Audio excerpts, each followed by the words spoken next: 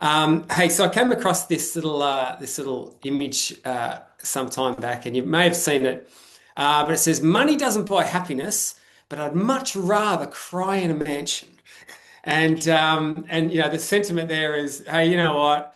We all have this innate idea, this sort of, I think we wrestle with this idea that, you know what, I wouldn't mind at least having a go at seeing where the money would buy me happiness. That would be a great opportunity to explore in life. But most recently, I just read a book, and I was quite enamored with the idea for this book because it actually relates to a some research I'm doing for a documentary. And another book that I'm writing, and a documentary that I'll accompany that we're looking at putting together.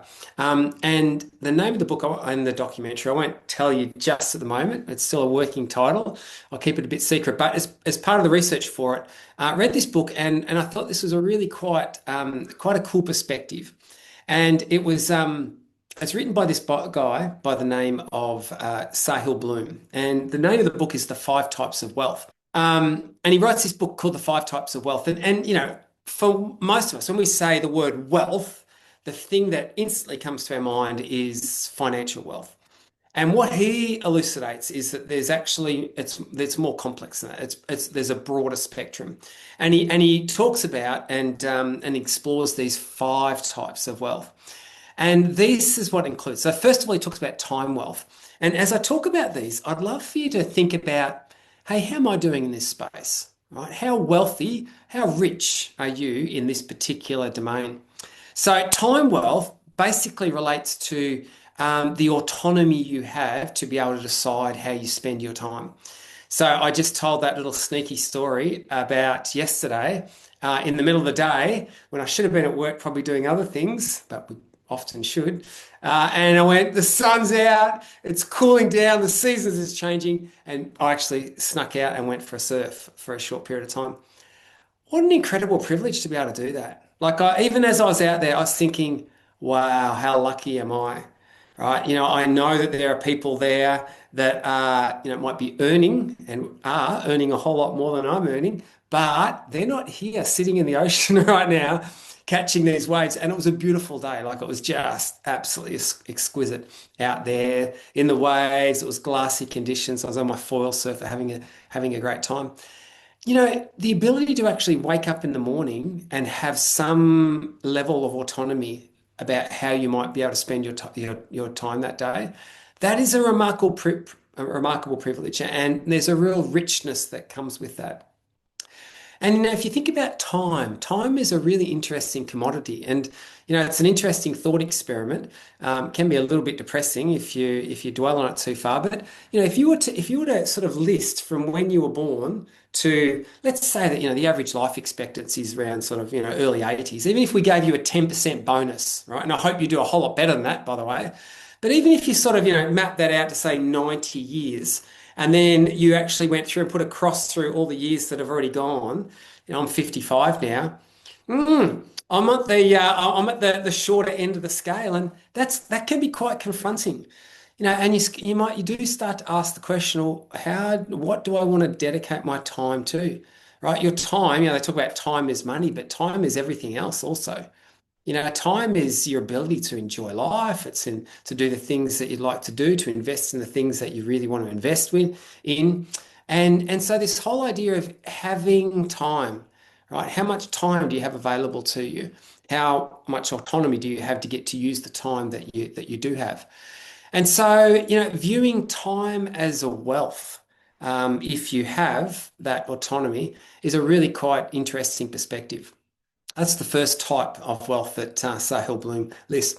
Then he talks about social wealth, and he talks about not just the sort of the breadth, but also the depth of our social connectedness and relationships, and the extent to which we get to share with other people, do life with other people, be loved by other people, and love back in return.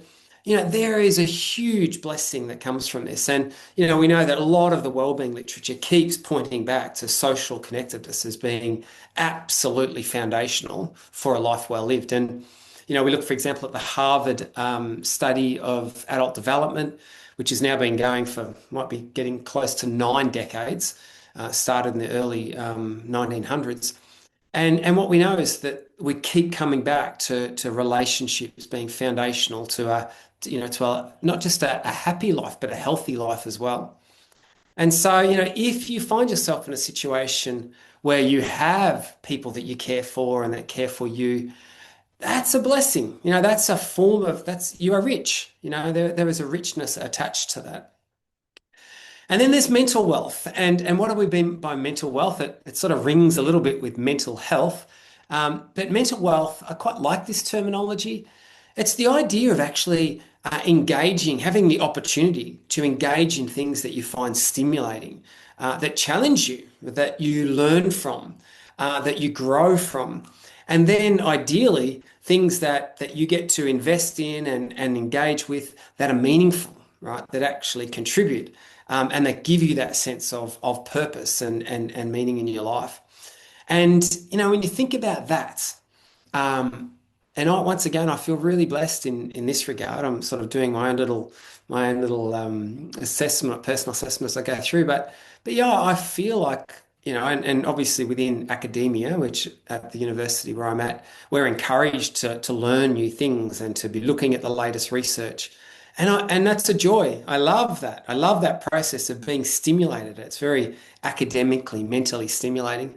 And then, part of the things that we do, I get to feel like, I'm making a difference in the world. And it might be a small difference, but nonetheless, it's a difference. And there's a real wealth that comes from that.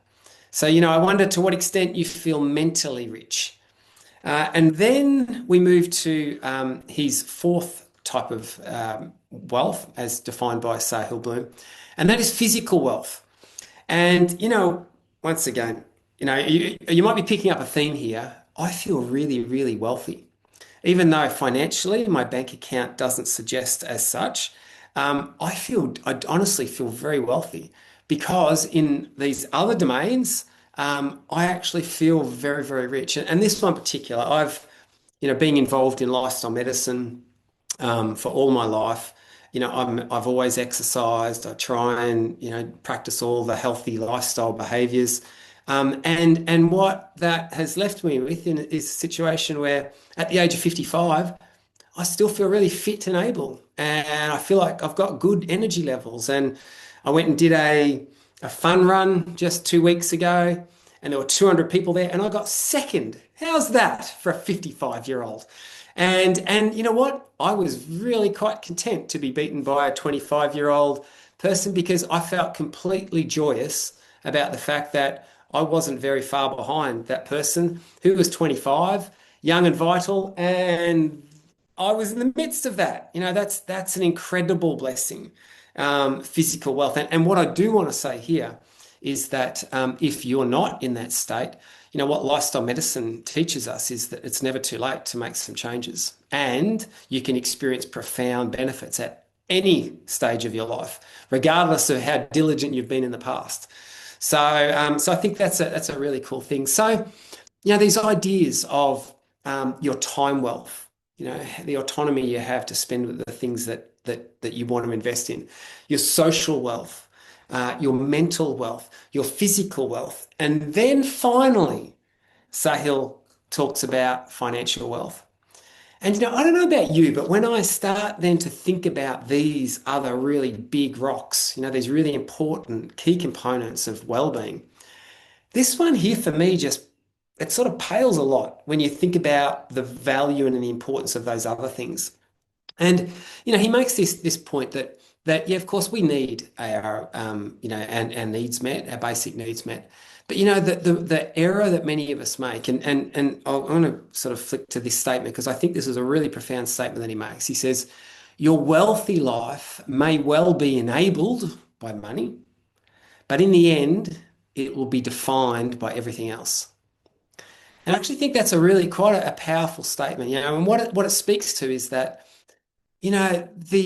yes, if you've got finances, that's good for you, and that might be really helpful to you.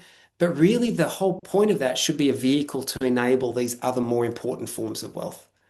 To actually then, if you had the financial means, to have more time available to you, to be able to invest in your relationships, to care for your physical health, to do stuff that's meaningful, and so to bolster your mental wealth. And yet, here's the irony, the strange irony, is that we're so perhaps conditioned and and and and set on trying often to grow our financial wealth. We do it at the expense of what really matters, these other things. And we all know stories, and we've all done it to a greater or lesser extent, but we've sacrificed in the pursuit of perhaps gaining, financial wealth and financial freedom, if you want to call it that. We've sort of sacrificed perhaps our relationships, our physical health, all these things that perhaps, and even our time. Like Warren Buffett has this interesting statement. He said, find what you love and do it as a hobby. Find what the world loves and do it as a job. And I'm thinking, I'm not sure I agree with that. Like, do you want to find something that, I really don't like this, but everyone else wants me to do it. That's what the world needs, and that's a way to make a dollar and, grow my investment portfolio. And that's great, but for to what end? Maybe the more important thing is to find what you love and make it both a hobby and a job if you can. And that probably is where the sweet spot really starts to come alive. So I've been challenged by this, and I'll sort of spoiler alert tell you what the project I'm working on. It's a book and a documentary, and probably the working title of it is going to be Enough. So it's exploring what's enough. What's enough of the financial enough in order to really enable the things that truly matter. And so I'd love to talk about this. So I've got some questions there. I'll read them out and then Mandy's going to post them in the chat function anyway. But what of the five types of wealth is the most and least important to you? So I'd love to reflect on that. Second one, what type of wealth are you currently richest in? And I thought I was going to put this there, but I thought I won't prompt this discussion, but maybe which one are you poorest in? That might be one that you'd like to address and target, which relates to the third question. So what type of wealth would you like to grow? And what is one step you could take this month towards achieving this? So there you go, friends. That's my little thought for the month. And yeah, I'd love to hear your reflections and comments on that.